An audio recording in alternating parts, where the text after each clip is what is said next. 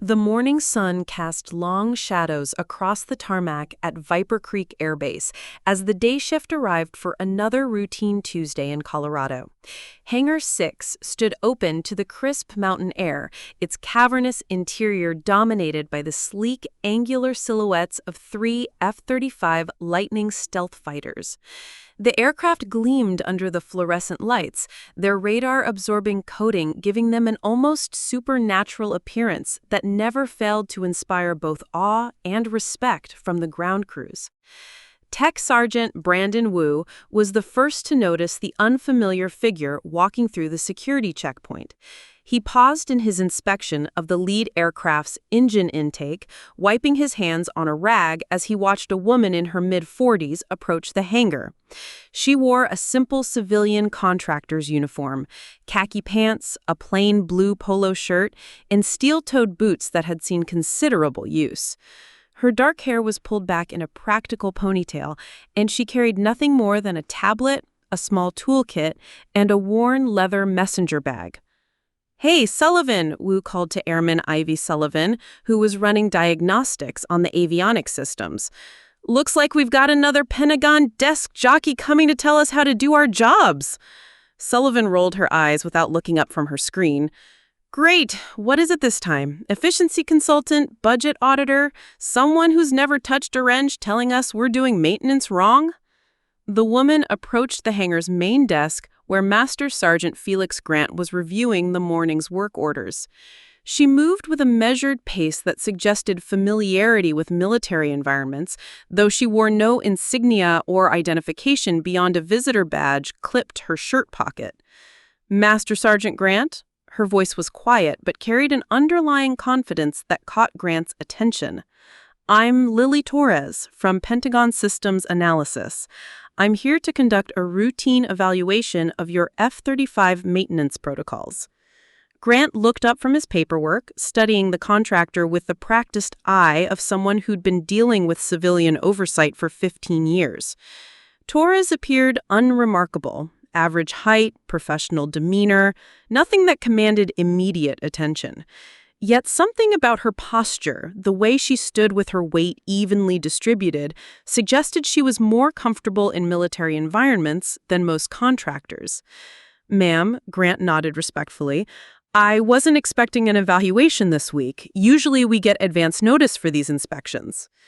"Priority assessment," Torres replied simply. "Nothing to be concerned about. I just need to observe your standard procedures and document current readiness levels." Across the hangar, Wu exchanged glances with Sullivan. "Another one who's probably never seen the inside of a fighter jet," he muttered under his breath. "Bet she'll be asking us why we can't just wash the stealth coating with soap and water." Torres either didn't hear the comment or chose to ignore it. She moved methodically through the hangar, stopping occasionally to make notes on her tablet. Her movements were efficient, economical, the behavior of someone who understood that time was valuable and shouldn't be wasted on unnecessary motion. Staff Sergeant Carmen Ellis, who supervised the avionics maintenance team, approached Torres as she examined the lead fighter's cockpit systems. "Something specific you're looking for, ma'am?" "Just general operational readiness," Torres replied, her attention focused on the aircraft's heads-up display system. "How's the response time on the targeting computers?" Ellis was surprised by the specificity of the question. Most contractors asked about documentation and procedures, not technical details that required hands-on experience with the systems. "Running at optimal parameters. We've had the system upgraded twice in the past year." Torres nodded, making a note. "Good. The Mark 7 targeting system can be temperamental if the calibration drifts. Are you monitoring the thermal variance in the processors?" Ellis blinked. The thermal variance issue wasn't common knowledge. It was something only experienced avionics technicians knew to watch for. "Yes, ma'am. We check it during every major maintenance cycle." "Smart practice," Torres said, already moving on to examine the next system. Ellis stood there for a moment, processing the exchange. Something wasn't adding up. Civilian contractors typically asked about documentation and procedures, not technical details that required hands-on experience with the systems. As the morning progressed, Torres continued her methodical inspection of the hangar and aircraft. She moved with an economy of motion that spoke of familiarity with military protocols, asking questions that demonstrated an understanding of fighter operations that went far beyond what any desk-bound analyst should possess. Wu found himself watching her more closely as she examined the weapons systems on the second F-35. When she paused to study the missile guidance interface, he decided to test her knowledge. "Ma'am," he said, approaching with what appeared to be casual curiosity, "that system's been giving us some trouble lately. Random targeting errors during simulation runs." Therese looked up from her tablet, her expression thoughtful. "Have you checked the gyroscopic alignment in the inertial measurement unit? The vibration from the engine tests can sometimes throw off the calibration by fractions of a degree. It's not enough to trigger the automatic error detection, but it'll cause drift in the targeting solution." Wu's mouth fell open slightly. The gyroscopic alignment issue was exactly what they discovered after 3 days of troubleshooting, and the solution Therese had just suggested was precisely what the technical manual recommended, buried on page 847 of a document most people never bothered to read completely. That's exactly what we found," Wu said slowly. "How did you know that?" Therese met his gaze for a moment, and Wu caught a flicker of something in her eyes. Not fear, but a careful assessment. "Experience with similar systems," she said simply, then turned back to her inspection. Wu backed away, his mind racing. He'd been working on F-35s for 6 years, and he'd never met a civilian contractor who knew about the gyroscopic alignment issue. Hell, half the pilots didn't know about it. As Torres moved to the third aircraft, Wu pulled Sullivan aside. "Something's not right about this one," he said quietly. "What do you mean?" "She knows too much. Way too much. She just diagnosed a targeting problem we spent 3 days figuring out, like it was common knowledge." Sullivan glanced over at Torres, who was now examining the aircraft's communication systems with focused intensity. "Maybe she's just really good at her job." "No," Wu shook his head. "I've dealt with plenty of Pentagon contractors. They ask about safety records and maintenance schedules. They don't know about gyroscopic alignment issues in the IMU." Their conversation was interrupted by Captain Ethan Drake, the squadron leader, entering the hangar with several other pilots. Drake was in his early 30s, confident in the way that came from hundreds of hours in the cockpit of one of the most advanced fighters ever built. He noticed Torres immediately. "Who's our visitor?" he asked Grant. "Pentagon contractor. Routine evaluation." Drake studied Torres from across the hangar. There was something about the way she moved around the aircraft that caught his attention. Most civilians, even those familiar with aviation, maintained a respectful distance from military hardware.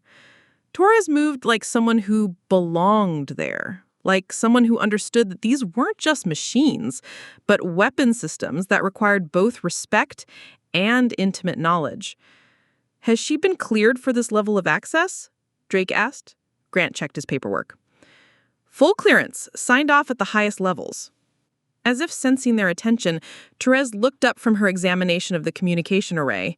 For just a moment, her eyes met Drake's across the hangar.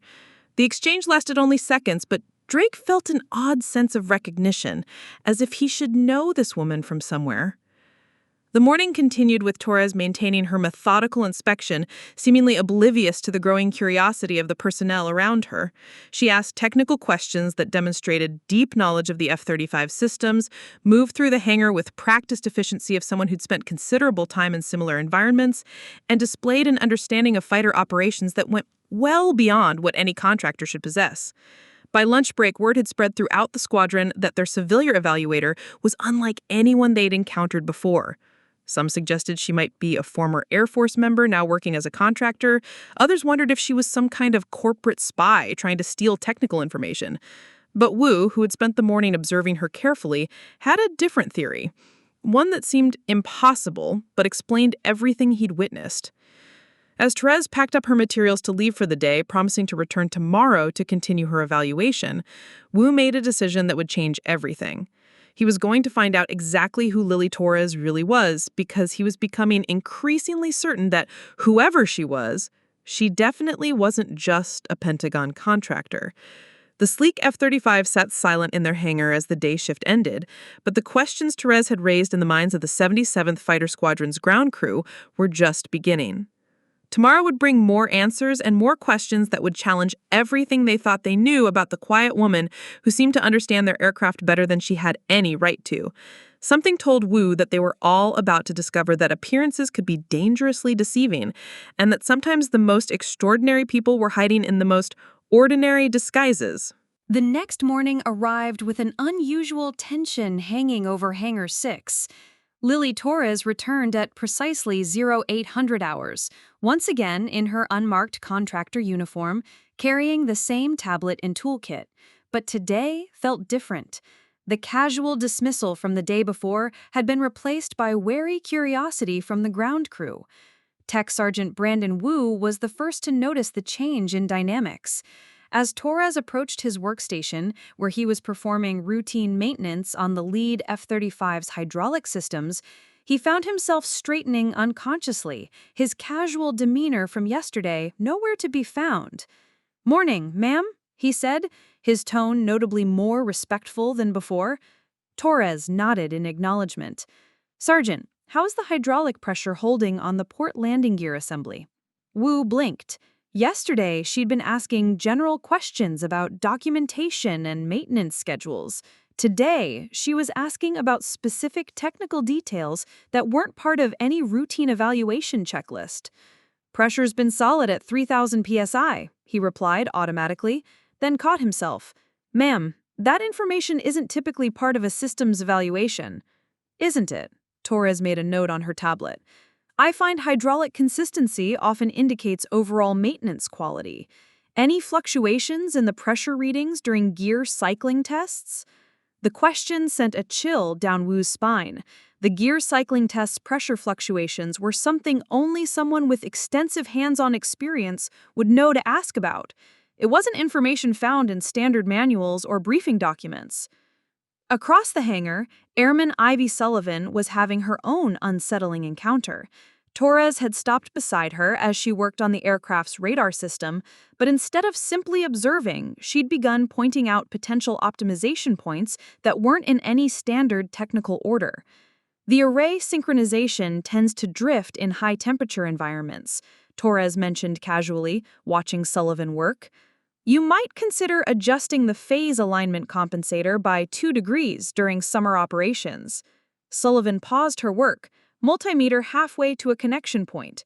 "Ma'am, respectfully, that modification isn't authorized without engineering approval from Lockheed Martin." "Of course not," Torres agreed. "I'm just noting potential efficiency improvements based on field experience."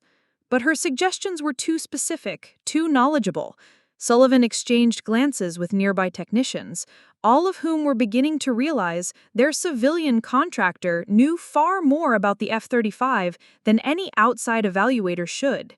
Staff Sergeant Carmen Ellis, who had spent the previous evening researching what she could find about Pentagon systems analysis, approached Torres during her mid-morning inspection of the communication systems.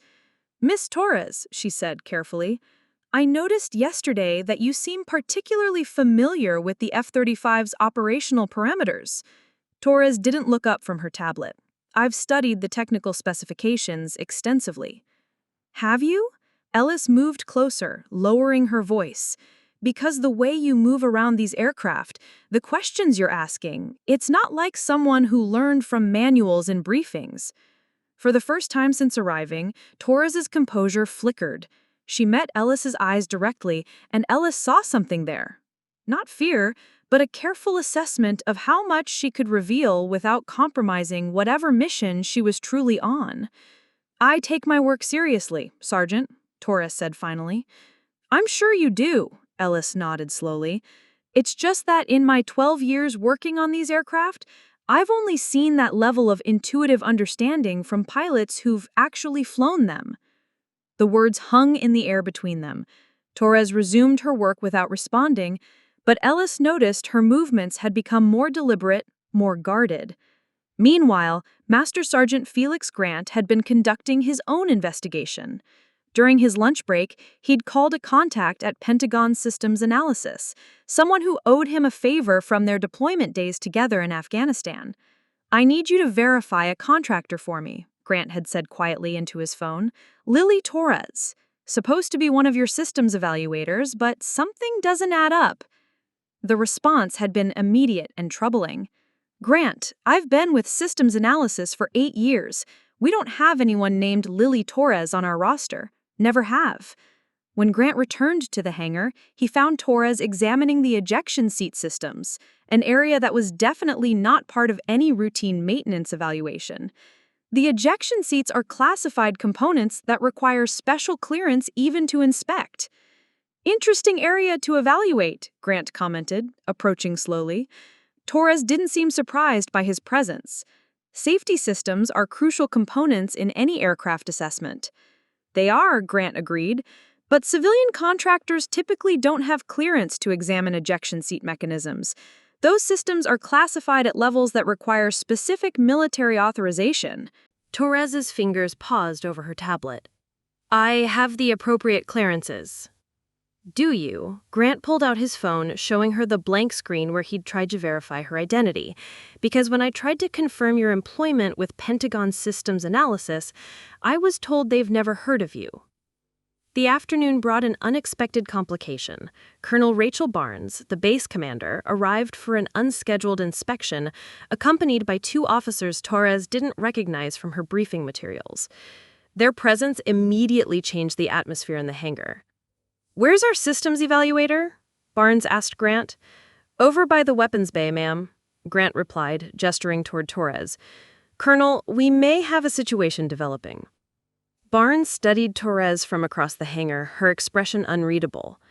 "What kind of situation?" "She's asking questions and making observations that suggest extensive operational knowledge of the F-35, knowledge that goes well beyond what any contractor should possess. And when I tried to verify her credentials, you found inconsistencies," Barnes finished. "Yes, ma'am. Pentagon Systems Analysis has no record of employing anyone named Lily Torres." One of the officers with Barnes, a stern-faced woman with intelligence insignia, spoke quietly. "Ma'am, we should speak with her directly." As the group approached, Torres seemed to sense their presence. She looked up from her tablet, and for just a moment, her professional mask slipped. The expression that crossed her face was one of recognition, followed immediately by resignation, the look of someone who knew their carefully maintained cover was about to be blown. "Miss Torres," Colonel Barnes called out, "could we have a word?" Torres straightened, and suddenly she looked less like a contractor and more like military personnel responding to a superior officer. "Of course, Colonel." The entire hangar seemed to hold its breath as the group moved to a more private area near the office complex.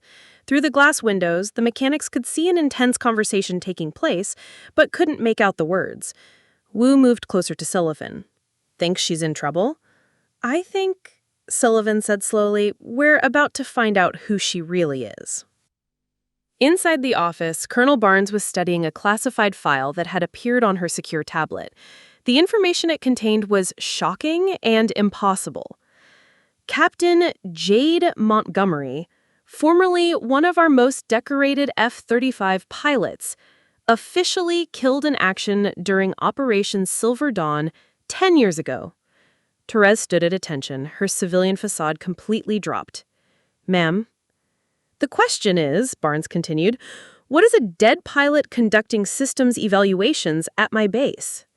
The intelligence officer leaned forward. "Captain, your record shows you were killed when your aircraft was shot down over hostile territory. Your memorial service was attended by over 200 personnel." "Captain Jade Montgomery died that day," Torres replied carefully.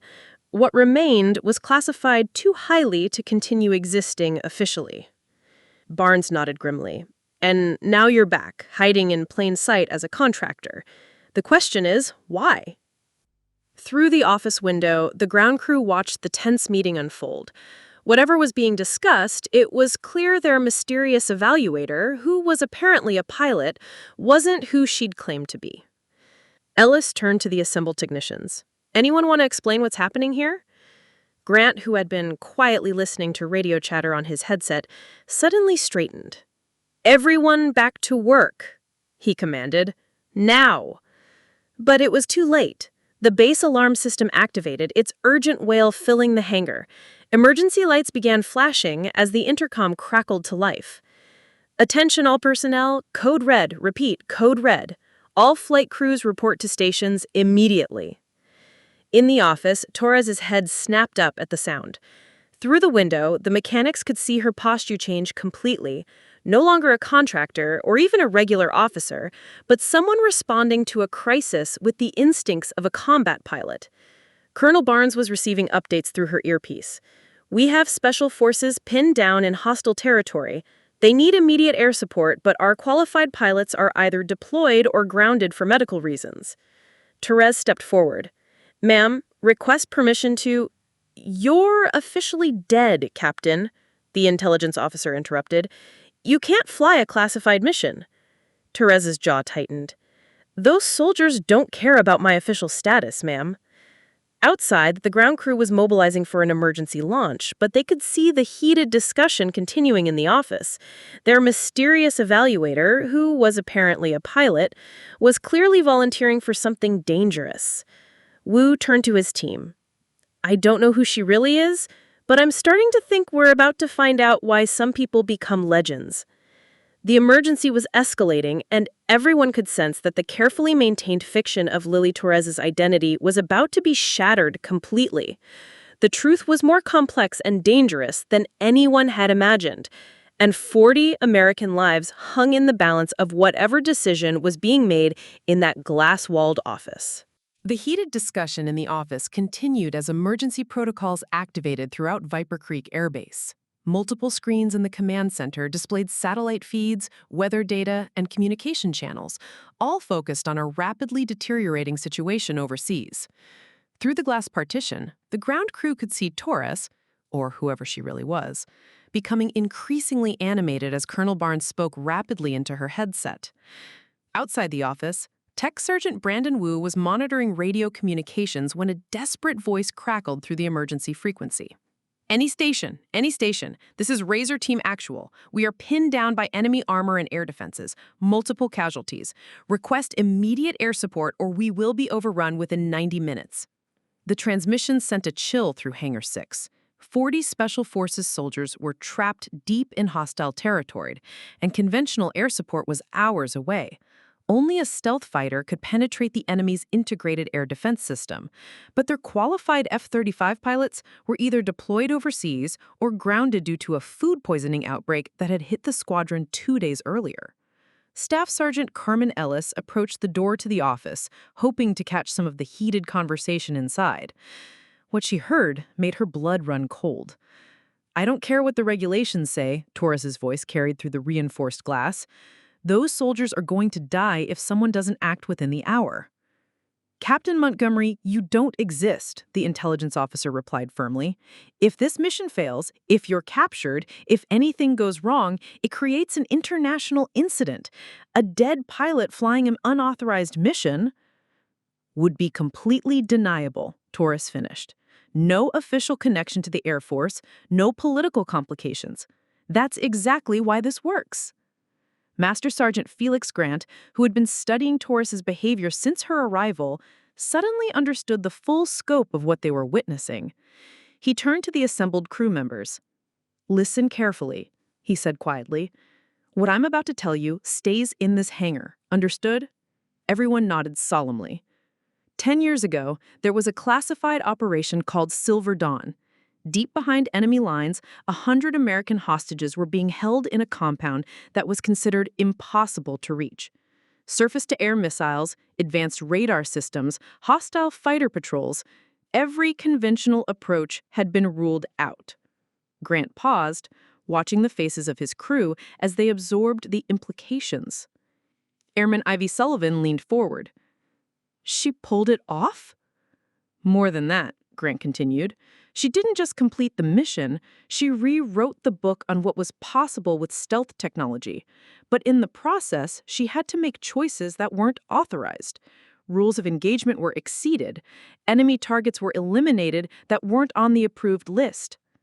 Wu's eyes widened as understanding dawned, meaning she saved every hostage, but the political fallout would have been catastrophic if it came to light.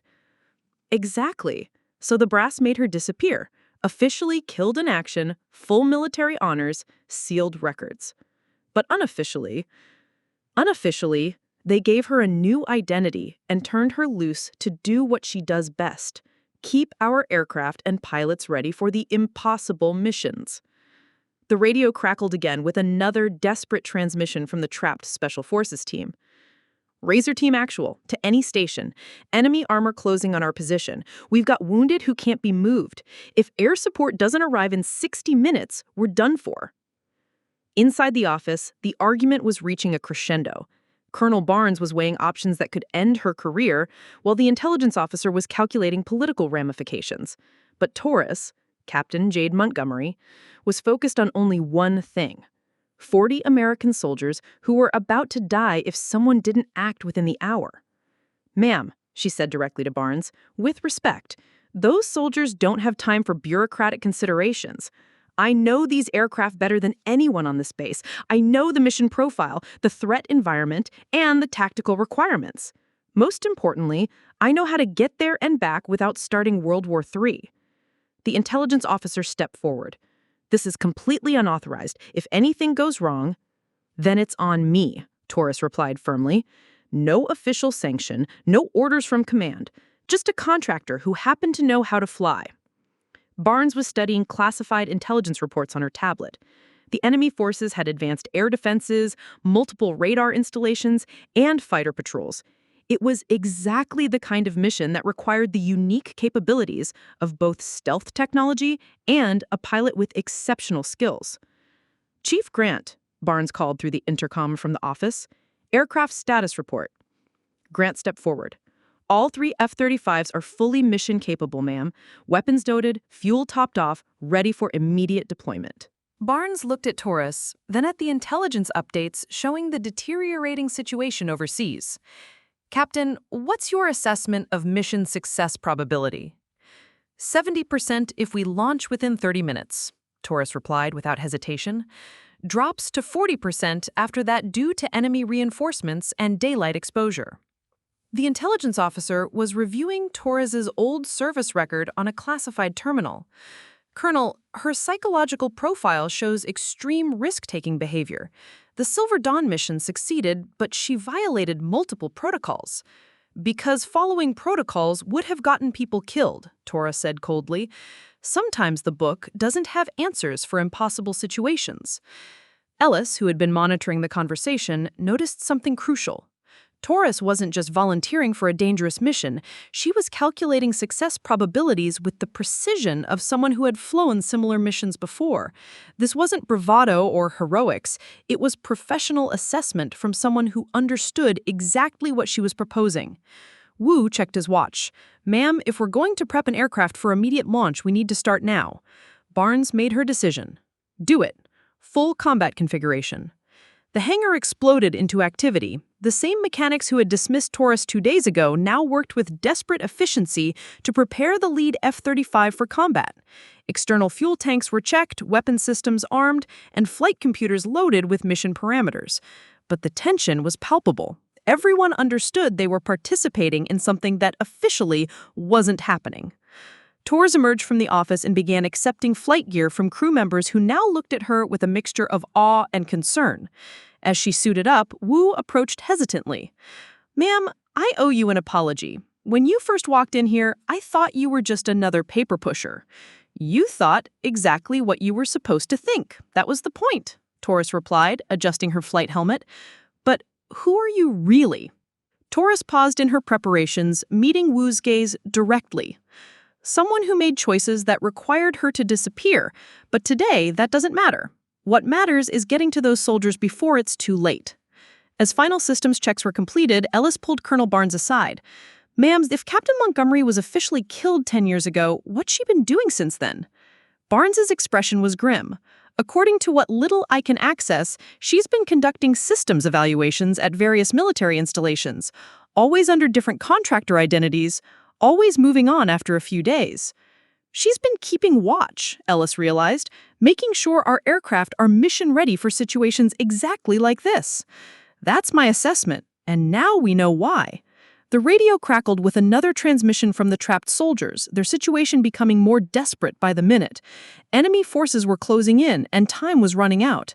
In less than an hour, 40 American families might be planning funerals instead of homecomings. Torres finished her equipment check and turned to face the assembled crew. For a moment, the careful mask she'd worn for 2 days was completely gone. Standing before them was a combat pilot, scarred by whatever had happened during Silver Dawn, but ready to risk everything again for soldiers she'd never met. "Aircraft status?" she asked Grant. "Ready for immediate departure, Captain." Torres nodded, then surprised everyone by shaking hands with each crew member. "Thank you, all of you. You're making this mission possible." As she climbed the ladder to the cockpit, Wu called out, "Captain, what really happened 10 years ago during Silver Dawn?" Torres paused at the top of the ladder, her expression darkening. "We saved 100 hostages, but the cost?" She shook her head. "Some missions require sacrifices that can't be officially acknowledged." The cockpit canopy closed with a hydraulic hiss, sealing Torres inside the advanced fighter. The twin engines spooled up with their distinctive whine, and the aircraft began moving toward the runway. In less than an hour, she would either save 40 lives or disappear forever into hostile territory. The ground crew stood in respectful silence, knowing they had just witnessed something extraordinary and hoping they wouldn't be attending another memorial service for Captain Jade Montgomery. The distinctive roar of the F-35's Pratt & Whitney engine echoed across Viper Creek Air Base as Captain Jade Montgomery taxied toward runway 09. In the control tower, air traffic controllers who had been briefed on the classified nature of the mission cleared all airspace for immediate departure. The sleek fighter moved with predatory grace, its angular surfaces designed to slip through enemy radar like a ghost. "Tower, this is Phantom 1, requesting immediate departure clearance." Jade's voice came through the radio, calm and professional despite the desperate circumstances. "Phantom 1, you are cleared for takeoff. Runway 09. Winds, light and variable. Godspeed."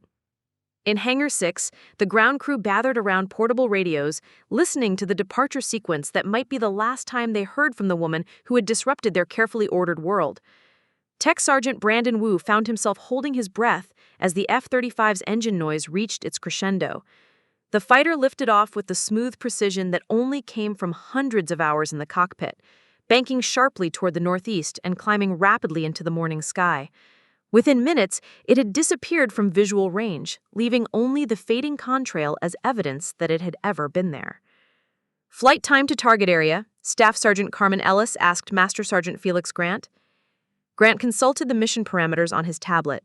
4 hours at maximum cruise speed, assuming she maintains stealth protocol throughout the approach. 4 hours. The Special Forces team, callsign Razor Team, had maybe 90 minutes before enemy armor overran their position. The math was brutal and unforgiving, but Jade had calculated the mission timeline with the precision of someone who understood that every minute could mean the difference between rescue and massacre. In the command center, Colonel Rachel Barnes was coordinating with Pentagon officials who were frantically trying to understand how a dead pilot had just launched an unauthorized rescue mission from one of their bases. The secure communications channel crackled with urgent voices as senior officers attempted to maintain plausible deniability while secretly hoping the impossible mission would succeed. Meanwhile, thousands of miles away over hostile territory, Jade was pushing the F-35 to its operational limits. The aircraft streaked through the thin air at 40,000 feet, its stealth coating and advanced electronics making it nearly invisible to ground-based radar systems. But she knew that maintaining stealth meant flying a longer, more circuitous route that consumed precious time. The radio in her cockpit crackled with another desperate transmission from Razor Team. Any station, this is Razor Team Actual. Enemy forces have us surrounded. We count at least 12 armored vehicles and multiple infantry squads. Our ammunition is running low, and we have 4 wounded who need immediate medical evacuation." Jade pressed her microphone button.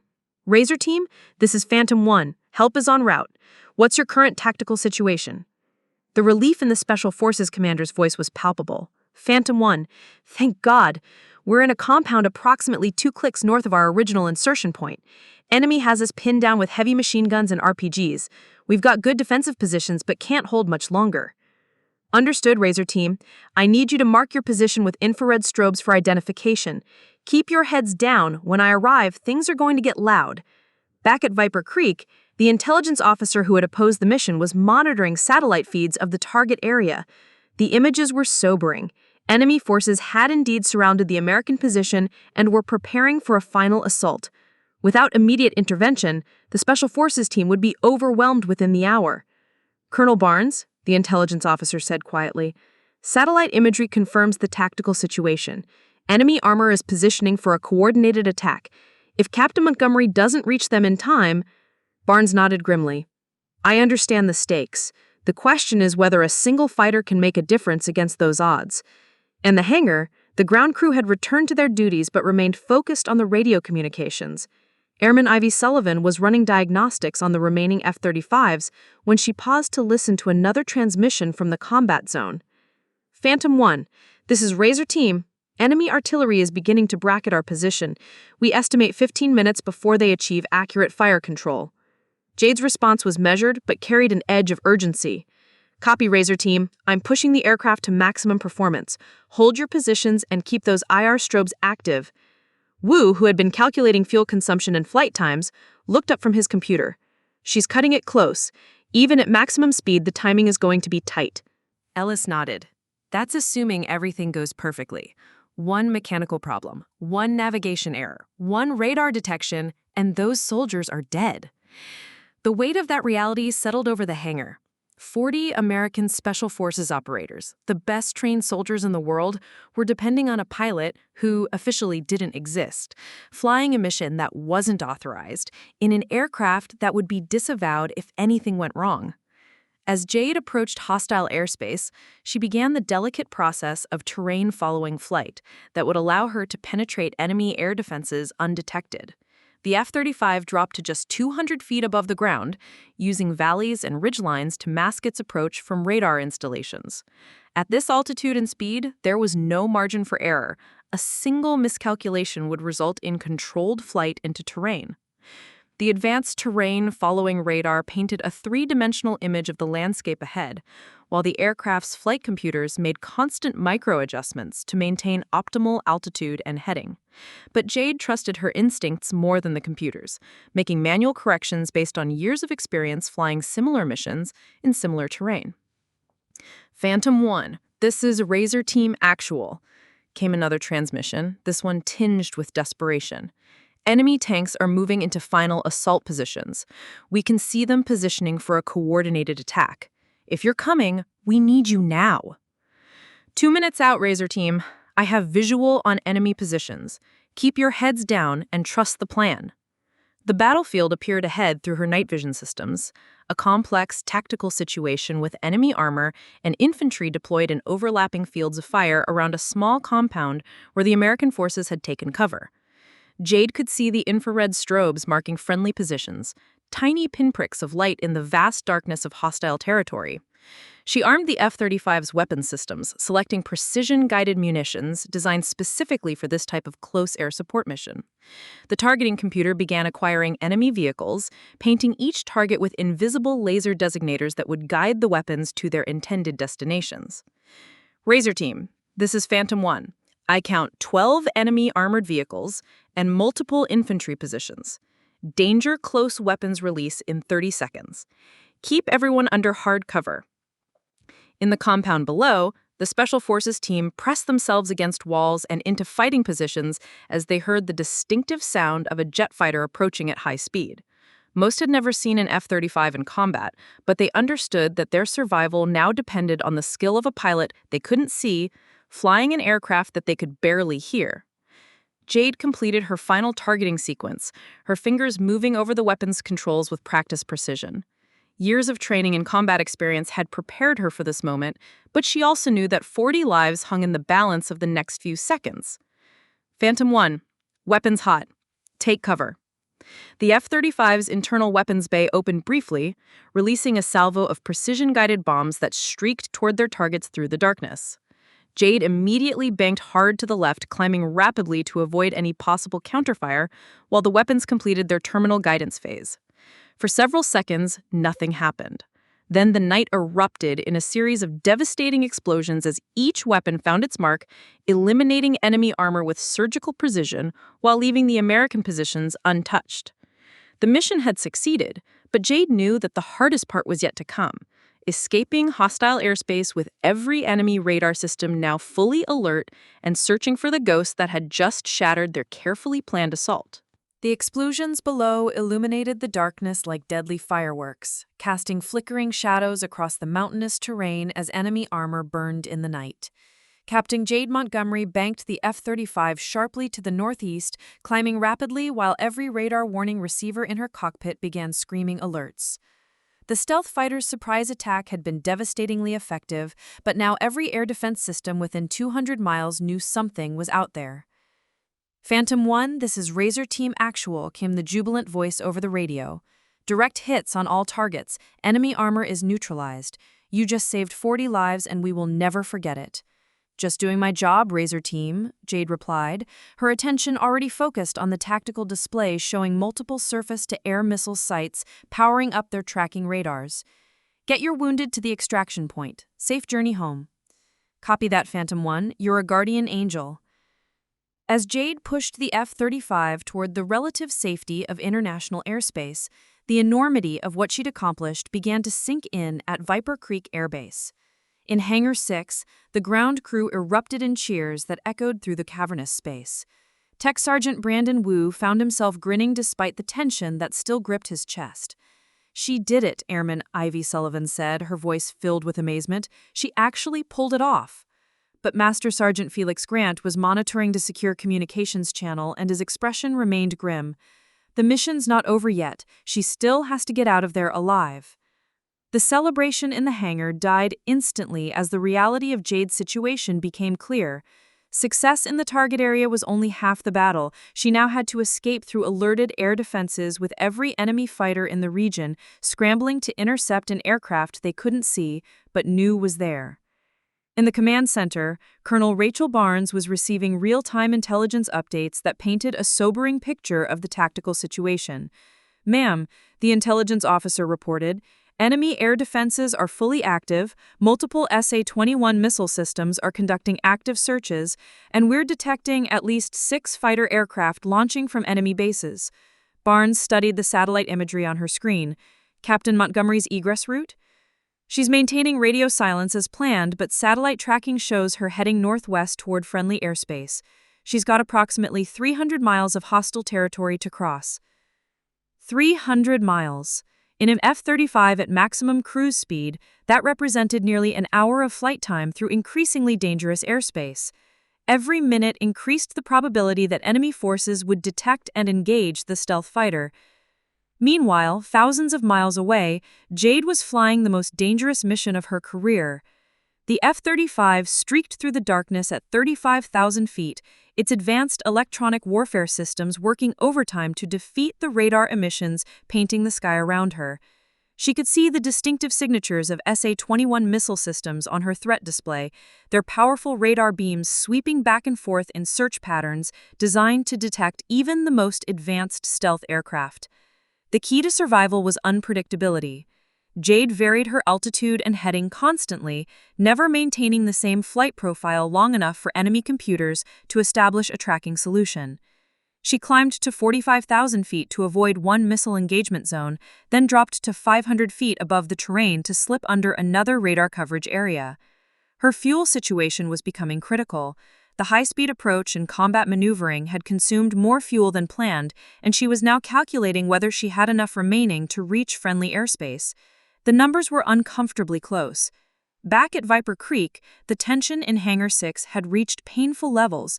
Staff Sergeant Carmen Ellis was monitoring multiple communication channels, hoping to catch any word from Jade, but operational security required radio silence during the egress phase.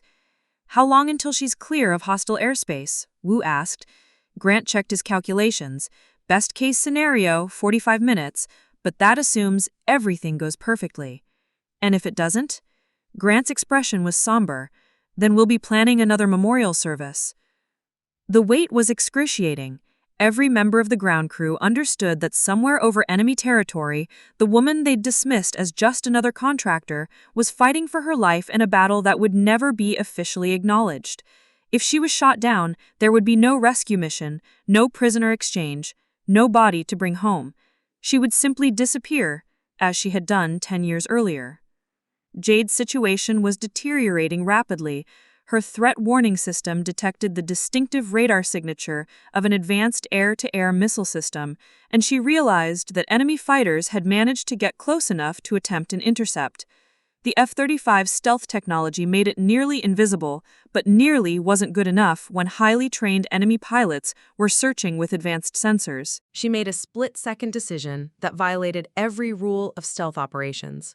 Instead of maintaining her straight-line egress route, she dove toward the terrain, using a mountain ridge to break radar contact while simultaneously confusing any heat-seeking missiles that might be tracking her exhaust signature. The maneuver worked, but it consumed precious fuel and took her dangerously close to terrain in darkness. Flying at 200 feet above the ground at 400 miles per hour required absolute concentration and left no margin for error. "Come on," she whispered to herself, watching the fuel gauge steadily decrease as friendly airspace remained frustratingly distant. Just a little further. In the command center at Viper Creek, Colonel Barnes received an update that made her stomach drop. "Ma'am, we're detecting missile launches in Captain Montgomery's vicinity. At least 2 SA-21 interceptors have gone active." The hangar fell silent as word of the missile threat spread among the ground crew. Everyone understood what SA-21 missiles were capable of: advanced surface-to-air weapons designed specifically to defeat stealth aircraft. Even the F-35's sophisticated defensive systems might not be enough to survive a direct engagement. Jade saw the missile launches on her threat display. 2 bright contacts climbing rapidly from the darkness below, their radar seekers actively searching for her aircraft. She had perhaps 30 seconds before they reached intercept range, and her options were limited. She could try to outrun them, but the missiles were faster than her aircraft. She could attempt to jam their guidance systems, but that would reveal her exact position to every radar in the area. Or she could trust in the S-35's stealth technology and the defensive measures that had kept her alive for the past hour. She chose a fourth option. Jade pulled the F-35 into a crushing vertical climb, using the aircraft's exceptional power-to-weight ratio to gain altitude rapidly while simultaneously deploying chaff and flares to confuse the incoming missiles. The maneuver was risky. It exposed her aircraft's heat signature and temporarily compromised her stealth profile, but it might be enough to cause the missiles to lose their lock. The first missile streaked past her position, its seeker head confused by the combination of electronic countermeasures and sudden altitude change. The second missile came closer, its proximity fuse detonating less than 100 meters from her aircraft. The explosion sent shrapnel through the F-35's left wing, causing multiple system alarms to cascade through the cockpit. Jade fought to maintain control as hydraulic pressure dropped and her left engine began running rough. "Viper Creek Control, this is Phantom 1.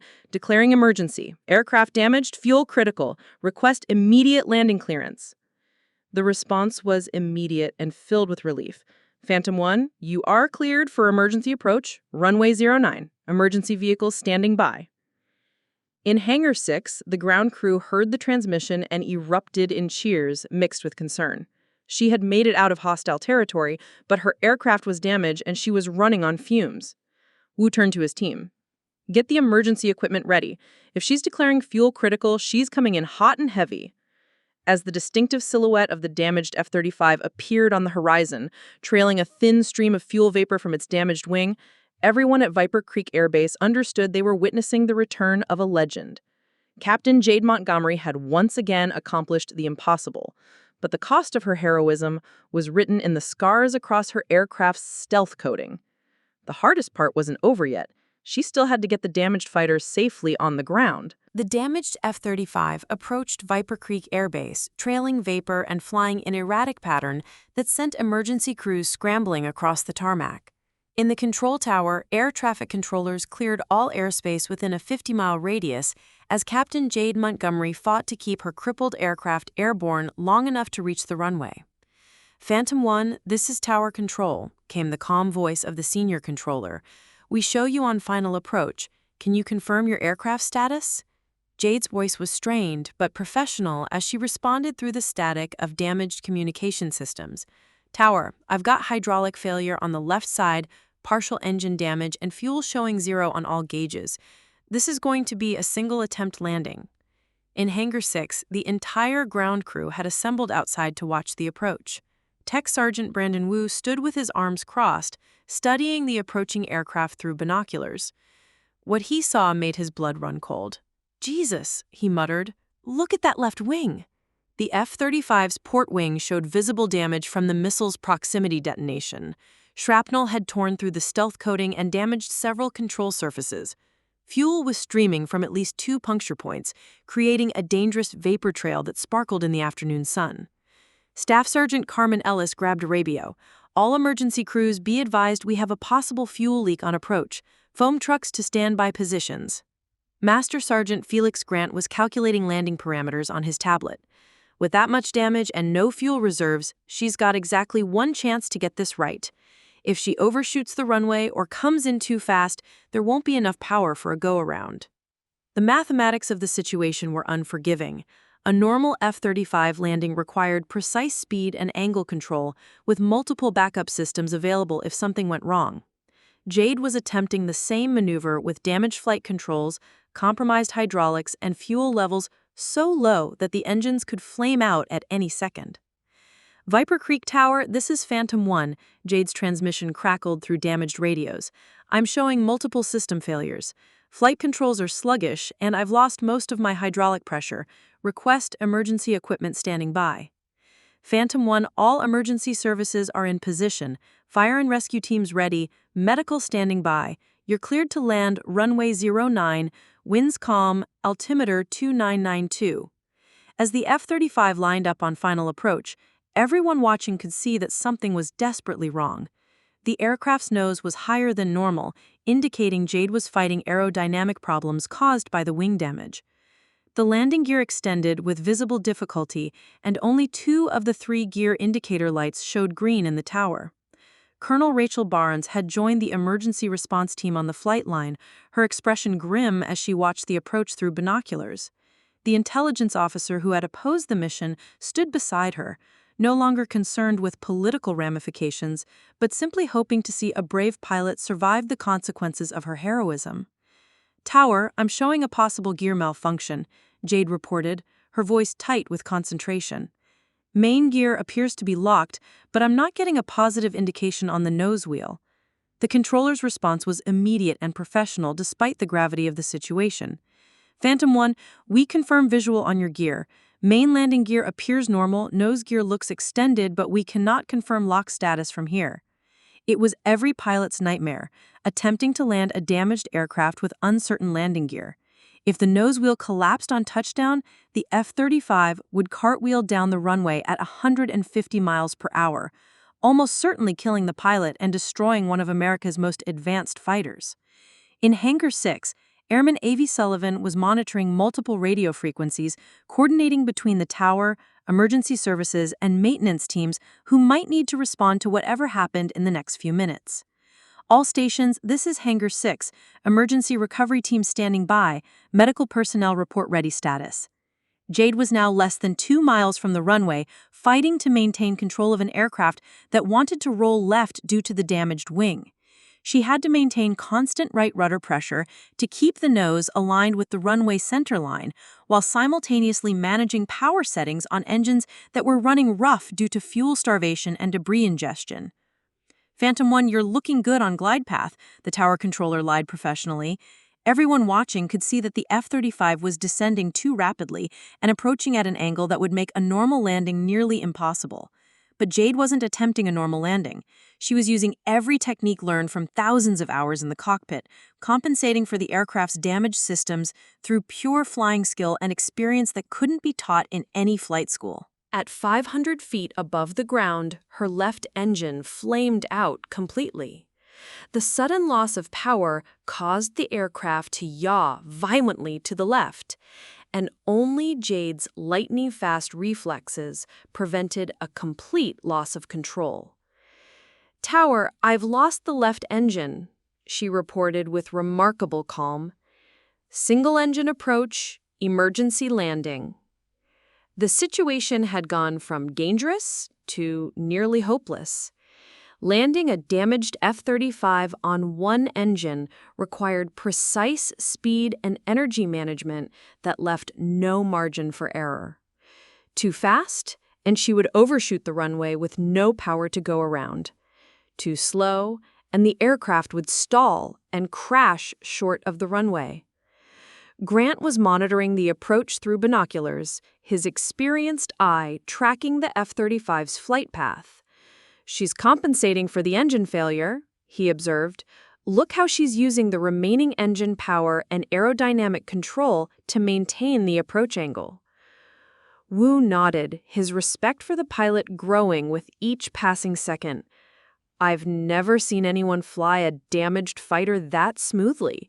She's making it look almost easy." But it wasn't easy. In the cockpit, Jade was fighting the most challenging approach of her career.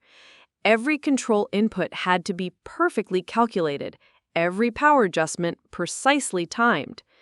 The damaged wing was creating asymmetric lift that tried to roll the aircraft into an unrecoverable spiral, while the single engine provided barely enough thrust to maintain flying speed. At 200 feet, she made her final power reduction, committing the aircraft to landing regardless of what happened next. The runway rose to meet the damaged F-35 as Jade held the nose steady through sheer force of will and years of combat experience. The main landing gear touched down with a puff of smoke and rubber, followed immediately by the questionable nose wheel. For a terrifying moment, it seemed like the gear might collapse. But the system held as the F-35 rolled down the runway at high speed. Jade deployed the aircraft's drag chute and applied maximum braking, the damaged systems responding just enough to slow the fighter before it reached the end of the runway. As the F-35 finally rolled to a stop, emergency vehicles surrounded it with foam and medical teams standing ready. The canopy opened with a hydraulic hiss, and Jade emerged from the cockpit under her own power. As she climbed down from the aircraft she had somehow managed to land despite impossible odds, the assembled ground crew broke into spontaneous applause that echoed across the entire airbase. She had done it again. Against all odds, Captain Jade Montgomery had completed another impossible mission and lived to tell about it.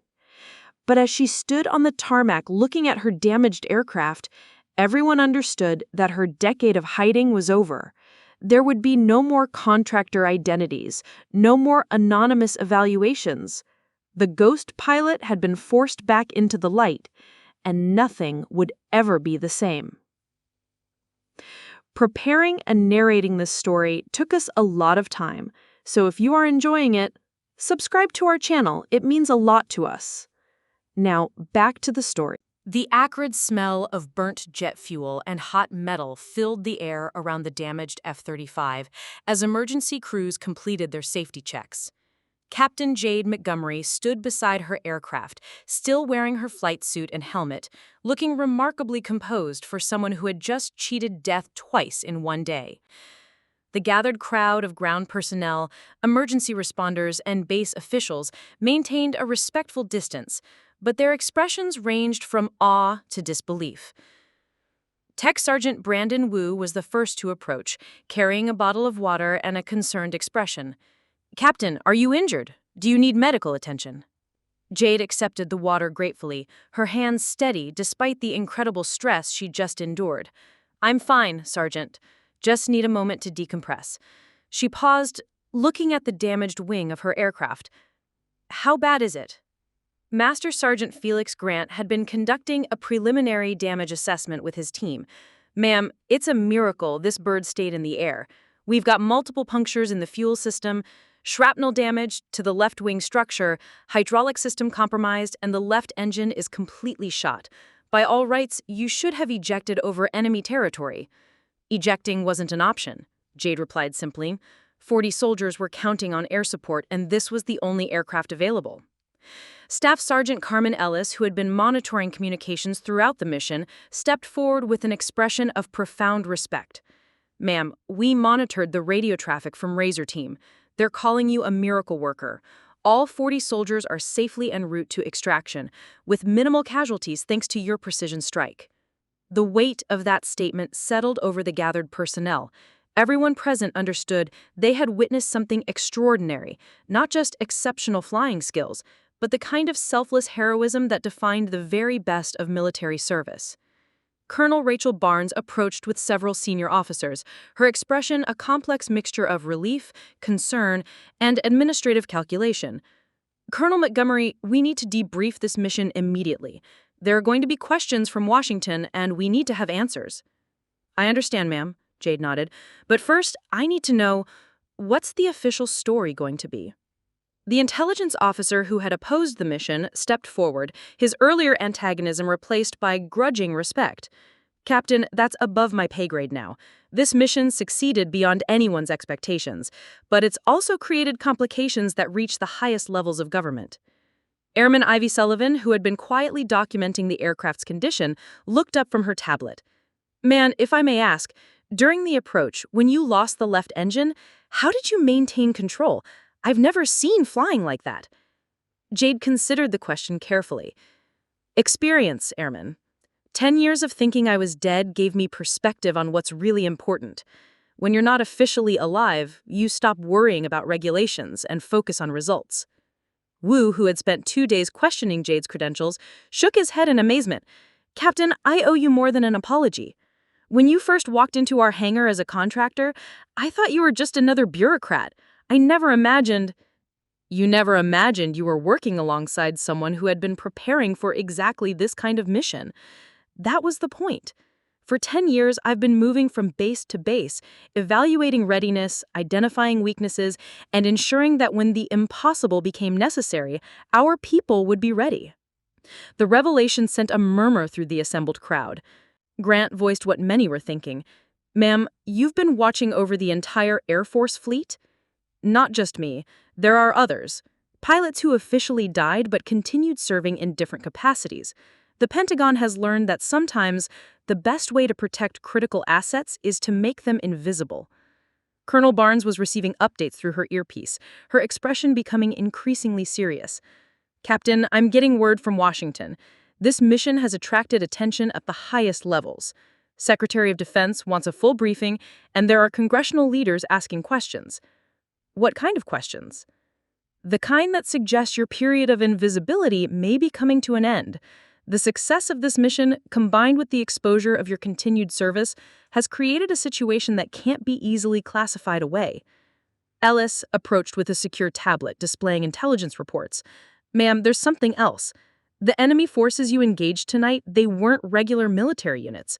Our intelligence analysis suggests they were part of a larger operation that's been targeting American Special Operations teams for months." Jade's expression darkened as she reviewed the classified information. This wasn't a random encounter. Someone's been feeding operational intelligence to hostile forces, setting up our people for ambush. "That's our assessment," the intelligence officer confirmed. "Your mission didn't just save 40 lives tonight. It may have exposed a much larger threat to American operations worldwide." The implications were staggering. If enemy forces had been systematically targeting special operations missions, it suggested a level of intelligence penetration that threatened national security at the highest levels.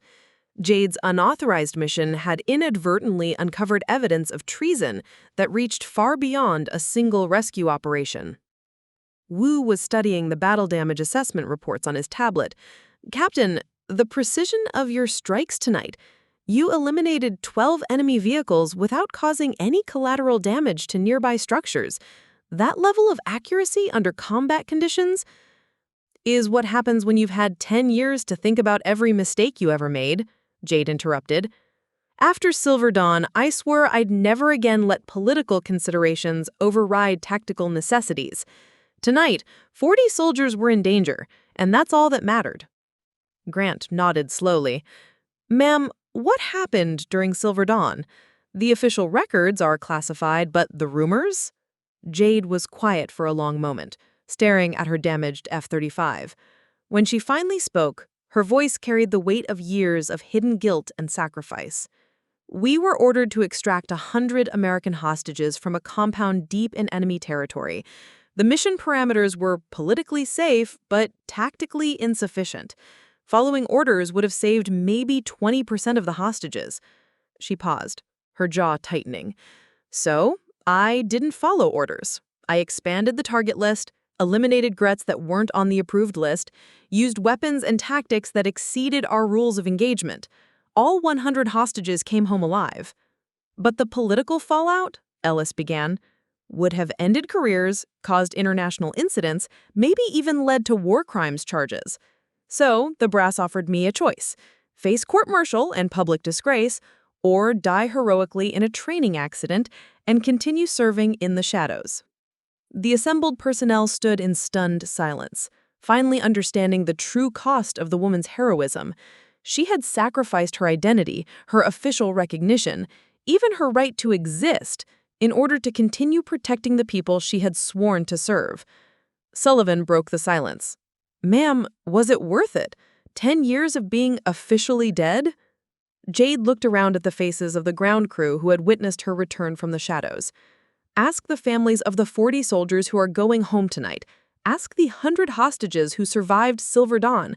Ask every pilot who flies aircraft that I helped maintain over the past decade." She walked over to the damaged F-35, running her hand along its battle-scarred wing. "This aircraft brought me home tonight, just like it brought those soldiers home. As long as our people are in danger somewhere in the world, the sacrifice is worth it." Colonel Barnes was receiving another priority communication through her earpiece. "Captain, Washington has made a decision about your status. You're being recalled to active duty, effective immediately. Full reinstatement of rank and privileges." Jade turned to face the assembled crowd, no longer hiding behind the identity of Lily Torres, civilian contractor. Standing before them was Captain Jade Montgomery, combat pilot, guardian angel, and living proof that sometimes heroes require the courage to disappear so others can shine. The ghost pilot had finally come home, but her war was far from over. 3 days after the unauthorized rescue mission, Viper Creek Air Base had transformed into a hub of activity that would have been unthinkable just a week earlier. Pentagon officials, congressional investigators, and intelligence analysts had descended upon the Colorado facility, all seeking answers to questions that had been buried in classified files for a decade.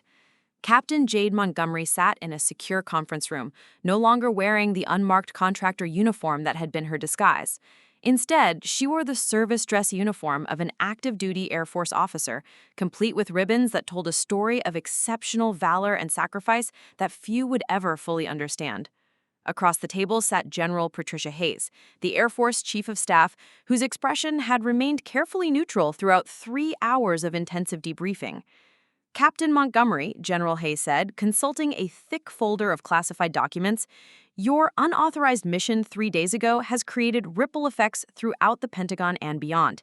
The successful rescue of Razor Team has been overshadowed by questions about how a pilot who has been officially dead for 10 years managed to fly one of our most advanced fighters into combat."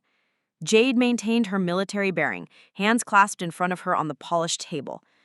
"Ma'am, I understand the complications my actions have created. I'm prepared to accept full responsibility for any violations of protocol or regulation." "Protocol," General Hayes almost smiled. "Captain, you've been operating outside of protocol for a decade. The question isn't whether you violated regulations, it's whether those regulations were adequate to address the unique circumstances you've been navigating." The general opened another folder, this one containing satellite imagery and intelligence reports from the rescue mission. "Your precision strike eliminated 12 enemy armored vehicles without causing any collateral damage to nearby structures or civilian areas. The tactical analysis suggests this level of accuracy would be nearly impossible under the combat conditions you faced. Ma'am, the F-35's targeting systems are exceptionally precise when properly calibrated. I had the advantage of extensive familiarity with the aircraft's capabilities." "Yes, about that familiarity," General Hayes leaned forward. "Our investigation into your activities over the past 10 years has revealed something remarkable. You've conducted routine evaluations at 47 different military installations, always under various contractor identities, always moving on after a few days. Major Lisa Spohn, the intelligence officer who had been coordinating the investigation, placed a tablet on the table displaying a detailed map. Captain, we've correlated your visits to those installations with subsequent improvements in aircraft readiness, maintenance efficiency, and pilot performance. The correlation is statistically impossible to dismiss as coincidence. Jade studied the map, recognizing bases where she had spent countless hours ensuring that aircraft and personnel were prepared for missions they didn't know they might face. Her work had saved countless lives in ways that could never be officially acknowledged. Sergeant Tyler Nash, a communications specialist who had been monitoring intelligence traffic, entered the room with an urgent expression. General Hayes, ma'am, we've received priority intelligence that may be relevant to this debriefing. What kind of intelligence, Sergeant? Ma'am, the enemy forces that Captain Montgomery engaged 3 nights ago, we've identified their communication protocols and command structure. They were part of a larger network that's been systematically targeting American special operations for at least 18 months. General Hayes accepted the classified report, her expression growing more serious as she reviewed the contents. Captain Montgomery, it appears your unauthorized missions may have accomplished more than just rescuing 40 soldiers. You may have exposed an intelligence leak that threatens operations worldwide. Jade had suspected as much based on the technical situation she'd encountered. Ma'am, the enemy positioning and timing suggested they had advanced knowledge of Razor Team's mission parameters. That level of intelligence would require access to highly classified operational planning. Major Stone was cross-referencing data on her secure tablet. Captain, we've been analyzing the pattern of compromised missions over the past 2 years. There's a common thread. All of the targeted operations went through the same intelligence clearinghouse at the Pentagon. The implications were staggering. If someone within the Pentagon's intelligence apparatus had been feeding operational details to enemy forces, it represented a betrayal that had cost American lives and threatened national security at the highest levels. General, Jade said carefully, with respect, this suggests that my unauthorized mission may have been the only way to save those soldiers. If the intelligence channels were compromised, following normal protocols would have walked Razor Team directly into an ambush. General Hayes nodded grimly. That's our assessment as well. Your decision to act outside official channels may have inadvertently protected the mission from the very intelligence leak that has been targeting our operations. The irony wasn't lost on anyone in the room. Jade's decade of operating in the shadows, outside official recognition, and beyond normal oversight had positioned her to act when the official system had been compromised. Her unofficial status had become an asset rather than a liability. Ma'am, Major Stone said, there's something else. We've been reviewing communication intercepts from the past 72 hours. Enemy forces are actively searching for information about the pilot who conducted the precision strikes. They know someone with exceptional capabilities intervened in their operation. Meaning, General Hayes asked, meaning Captain Montgomery's cover identity as Lily Torres is blown, but her real identity remains protected by the fact that she's officially dead. The enemy is looking for a ghost. Jade understood the tactical implications immediately. They can't target someone who doesn't officially exist, but they also can't predict where I might appear next. Exactly. Which brings us to the question of your future service, General Hayes said. The Pentagon has 3 options. We can officially reinstate you to active duty with full recognition, we can court-martial you for a decade of unauthorized activities, or we can expand the program, create an official framework for the kind of shadow operations I've been conducting unofficially. General Hayes smiled for the first time during the debriefing. Captain, that's exactly what the Secretary of Defense has in mind. Operation Silent Guardian, a classified program that places exceptional pilots in deep cover positions throughout the military aviation community. The proposal was both vindication and challenge. After 10 years of operating alone, Jade would become part of an official program designed to prepare for the impossible missions that conventional planning couldn't address. She would train other pilots to disappear into the system, maintaining readiness while remaining invisible until crisis demanded their unique capabilities. "Ma'am, what about the intelligence leak?" Jade asked. Major Stone consulted her notes. "We've identified the source. A Pentagon analyst named Colonel Marcus Webb has been selling operational intelligence to foreign contacts for 2 years. He's been arrested and his network is being dismantled." The same Colonel Webb whose intelligence briefings had guided dozens of special operations missions, including the one that had nearly gotten Razor Team killed. Jade's unauthorized mission had not only saved 40 lives, but it also helped expose a traitor whose activities threatened American forces worldwide. "General Hayes," Jade said, "I accept assignment to Operation Silent Guardian with one condition." "What condition, Captain?" "I want to return to Viper Creek Air Base as the official liaison for the program. The ground crew there proved they could maintain operational security while supporting an impossible mission. They deserve to know what they were really part of." General Hayes nodded approvingly. "Granted, Master Sergeant Grant and his team will receive security briefings and official recognition for their role in supporting the mission." As the debriefing concluded, Jade realized that her decade of invisible service was evolving into something even more significant. She would no longer be a lone ghost haunting military installations, but the leader of a new generation of pilots trained to operate in the shadows when conventional approaches failed. The ghost pilot was coming home officially, but her mission to protect American forces through impossible circumstances was just beginning. 2 weeks later, Hangar 6 at Viper Creek Air Base had been transformed into something resembling a formal ceremony venue, though the massive F-35 Lightning fighters remained the dominant presence in the cavernous space. Red, white, and blue bunting hung from the steel rafters, and a small podium had been erected near the lead aircraft, the same fighter that Captain Jade Montgomery had somehow landed despite impossible odds. Tech Sergeant Brandon Wu adjusted his dress uniform one final time as he surveyed the assembled crowd. Pentagon officials, base personnel, and media representatives who had been cleared for the unprecedented ceremony filled the hangar. After 2 weeks of classified briefings and security reviews, the story of the ghost pilot was finally being told officially, though certain operational details would remain forever sealed in classified files. "Still can't believe this is really happening," Airman Ivy Sullivan whispered to Wu as they took their positions in the formation of ground crew members who would be receiving official recognition for their role in supporting the rescue mission. Wu nodded, his expression a mixture of pride and amazement. "2 weeks ago, we thought she was just another contractor trying to tell us how to do our jobs. Now we're getting medals for helping save 40 lives." Master Sergeant Felix Grant stood at attention near the podium, wearing the same dress uniform he'd worn for dozens of other ceremonies over his 20-year career. But this one felt different. This time, they were honoring someone who had sacrificed her very identity to serve her country and acknowledging ground personnel who had supported an impossible mission without fully understanding what they were part of. General Patricia Hayes approached the podium, her expression carrying the weight of secrets that had finally been authorized for partial disclosure. The assembled crowd fell silent as she began to speak. "Ladies and gentlemen, we are here today to recognize extraordinary service under extraordinary circumstances.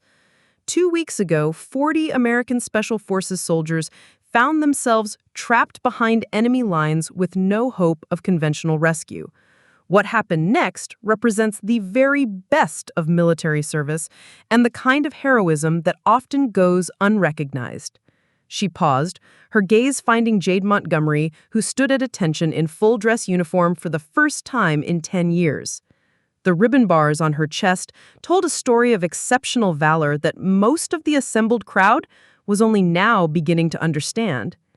"Major Jade Montgomery," General Hayes continued, announcing a promotion that had been processed through classified channels, "officially returned to active duty after a decade of service that could not be acknowledged until today. Her unauthorized rescue mission not only saved 40 lives, but also exposed an intelligence leak that threatened American operations worldwide." The assembled crowd erupted in applause, But Jade remained at attention, her expression reflecting both the weight of recognition and the complexity of a decade spent in the shadows. Staff Sergeant Carmen Ellis, who had been among the first to suspect that their civilian contractor was more than she appeared, felt tears forming in her eyes as she watched the ceremony unfold. This was validation of instincts that had told her something extraordinary was happening in their hangar. The ground crew of Hangar 6, General Hayes announced, demonstrated exceptional professionalism and adaptability when called upon to support an emergency mission with incomplete information and under extreme time pressure. Their actions were instrumental in the success of a rescue operation that saved American lives. One by one, Grant, Wu, Sullivan, and Ellis were conned forward to receive the Air Force Commendation Medal for their role in supporting the mission.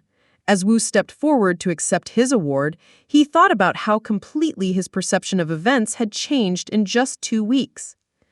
"Sergeant Wu," General Hayes said as she presented his medal, "your technical expertise and willingness to support emergency operations exemplified the very best of enlisted service."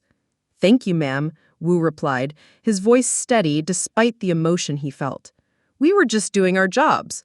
"Sometimes," General Hayes smiled, "doing your job under impossible circumstances is exactly what heroism looks like."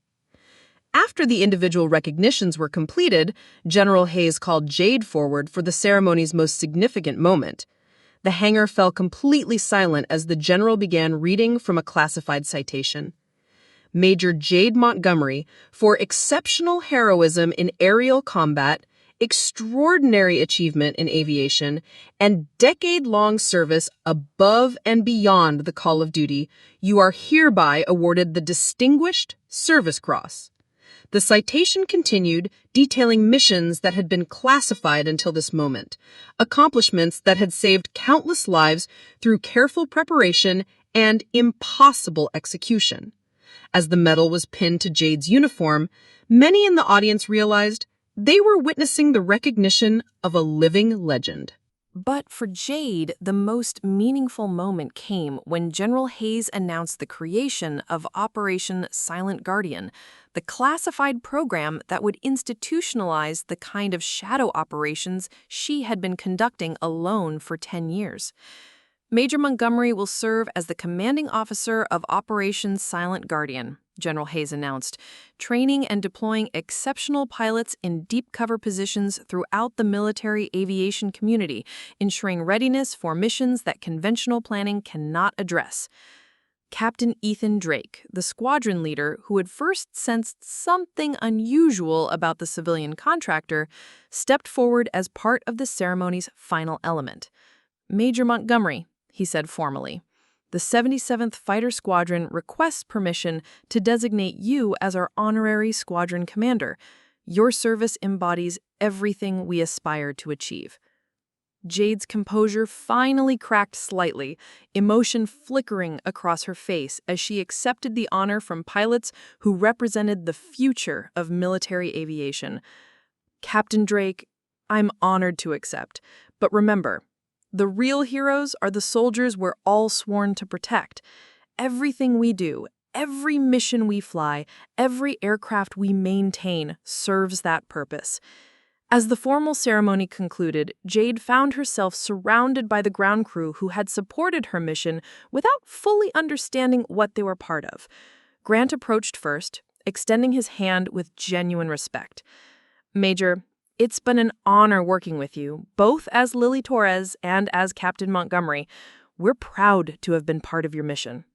Jade shook his hand, then surprised everyone by embracing each member of the ground crew. "The honor was mine. You trusted a stranger with your aircraft and your professional reputations. That trust made everything else possible." Sullivan, who had been the youngest member of the crew, asked the question many were thinking. "Major, what happens now? Do you just disappear again?" Jade looked around the hangar at the faces of people who had become more than colleagues. They had become family. "No more disappearing. Operation Silent Guardian will be based here at Viper Creek Air Base. You'll be supporting pilots who are training for the impossible, just like you did 2 weeks ago. The difference is now you'll know exactly who you're helping and why. Wu grinned. So basically, we're going to be the ground crew for a whole squadron of ghost pilots? Something like that. Jade smiled. Think you can handle it? Ma'am, Wu replied, his voice carrying the confidence of someone who had already proven himself under impossible circumstances. After what we've been through, I think we can handle anything. As the crowd dispersed and the hangar returned to something resembling normal operations, Jade stood beside the F-35 that had carried her through the most dangerous mission of her career. The aircraft had been fully repaired, its battle scars hidden beneath fresh stealth coating, ready for whatever impossible mission might come next. But this time, Jade wouldn't be flying alone.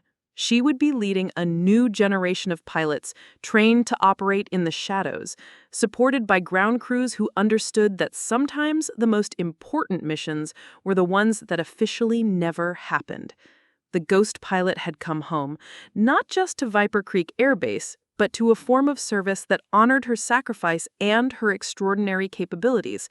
The war for freedom would continue, but now America's most impossible missions would be supported by an entire program dedicated to achieving the impossible. Major Jade Montgomery was no longer dead, no longer hiding, and no longer alone. She was exactly where she belonged, preparing others to do what couldn't be done so that American heroes would never fight without hope of rescue. 6 months after the ceremony that had officially brought Major Jade Montgomery back from the dead, Viper Creek Air Base had evolved into something unprecedented in military aviation. Hangar 6, once home to a single squadron of F-35 Lightning fighters, now served as the headquarters for Operation Silent Guardian, the most classified pilot training program in Air Force history. Tech Sergeant Brandon Wu walked through the hangar in the early morning light, conducting his daily inspection of aircraft that looked identical to any other F-35s, but carried modifications and capabilities that existed nowhere in official technical manuals. The stealth fighters gleamed under LED lighting, their surfaces bearing no squadron markings or unit identifiers. Aircraft designed to be forgettable, flown by pilots trained to be invisible. "Morning, Wu," came a familiar voice from behind him. Major Montgomery approached, carrying her flight gear and wearing the same confident expression that had first caught his attention when she'd walked into the hangar as civilian contractor Lily Torres nearly 7 months ago. "Morning, Major. Aircraft status is green across the board. Your new trainees are scheduled to arrive this afternoon for Phase 2 evaluation." Jade nodded, reviewing the training schedule on her tablet. Phase 2 of Silent Guardian selection was the most crucial, where conventional pilots learned to think and operate like ghosts, adapting to missions that officially couldn't exist. Of the 12 candidates who had begun the program, only 4 remained, and today's evaluation would determine who advanced to actual operational training. Master Sergeant Felix Grant emerged from beneath the lead aircraft, wiping hydraulic fluid from his hands with a practiced motion. His role had evolved far beyond traditional maintenance supervision. He now oversaw the technical aspects of preparing aircraft for missions that pushed both man and machine beyond normal operational parameters. "Major, the modifications to Phantom 3 are complete. Enhanced communication systems, extended range fuel capacity, and the new electronic warfare package. She's ready for the deep penetration training exercise." "Outstanding work! Chief, what's your assessment of the modifications?" Grant's expression reflected both professional pride and concern. "Ma'am, these aircraft are now capable of missions that were impossible 6 months ago, but they're also more complex, more demanding of pilot skill. Your trainees are going to need exceptional capabilities." That was exactly the point. Silent Guardian wasn't training ordinary pilots for ordinary missions. The program existed to create aviators who could accomplish the impossible when conventional approaches failed. Pilots who could operate beyond normal support structures when American lives hung in the balance. Airman First Class Sullivan, recently promoted after her exceptional performance during Jade's original rescue mission, approached with a secure communication device. Major, priority transmission from Pentagon Intelligence. They're requesting immediate consultation on a developing situation. Jade accepted the encrypted phone, stepping away for a private conversation that lasted several minutes. When she returned, her expression had shifted to the focused intensity that the ground crew had learned to recognize as a sign of impending crisis. Chief Grant, I need Phantom 1 prepped for immediate deployment, full combat configuration, maximum range setup. Ma'am, what's the situation? Classified, but similar profile to the Razor Team rescue. American personnel in hostile territory, conventional rescue options exhausted. Jade paused, her expression reflecting both the weight of command and the satisfaction of knowing she was no longer operating alone. Wu understood immediately. You're deploying one of the trainees? Negative. This mission requires proven capabilities, but I'm taking Lieutenant Colonel Sarah Chen as my wingman. She completed Phase 3 last month and needs real-world experience before assuming independent command of Silent Guardian operations. The implications were significant. Chen, a former F-22 pilot with exceptional skills, represented the next generation of ghost pilots. Her inclusion in an active rescue mission would mark the first operational deployment of a Silent Guardian-trained aviator other than Jade herself. Staff Sergeant Carmen Ellis, now the senior avionics specialist for the program, began coordinating the complex preparation process required for a 2-aircraft stealth mission. Major, mission timeline? Wheels up in 90 minutes. 2 F-35s, deep penetration profile. Radio silence until target area. Estimated mission duration, 8 hours. As the hangar erupted into controlled activity, Jade felt the familiar mixture of anticipation and responsibility that came with impossible missions. But this time was different. Instead of operating as a lone ghost haunting the edges of military structure, she was leading a program designed to ensure that no American service member would ever be abandoned when rescue seemed impossible. Lieutenant Colonel Chen arrived 30 minutes later, her expression reflecting both excitement and the gravity of undertaking her first operational mission as a Silent Guardian pilot. Major Montgomery, aircraft status. Both birds are mission ready. Your aircraft has been configured for electronic warfare support. I'll handle the primary strike mission while you provide overwatch and communication relay. Chen nodded, understanding that this mission represented both validation of her training and assessment of her readiness for independent operations. Ma'am, I won't let you down. I know you won't, Sarah. That's why you're here. As the 2 pilots conducted their final briefings and equipment checks, the ground crew worked with the practiced efficiency that had made the original Razor Team rescue possible. But now, their actions carried additional weight. They were supporting not just a single impossible mission, but the beginning of a new era in military aviation. Wu approached Jade as she completed her pre-flight checks. Major, different question this time than when you flew as Lily Torres. When you come back, will you still be here? Jade smiled, understanding the deeper meaning of his question. Sergeant, this is home now. Silent Guardian is permanently based at Viper Creek, and I'm not going anywhere. We've got more pilots to train, more impossible missions to prepare for, and more American lives to protect. Good, we replied simply. We've gotten used to having legends around the place. As the 2 F-35s taxied toward the runway, their stealth profiles cutting through the morning mist, everyone at Viper Creek understood they were witnessing the evolution of American military capability. Silent Guardian represented more than just a training program.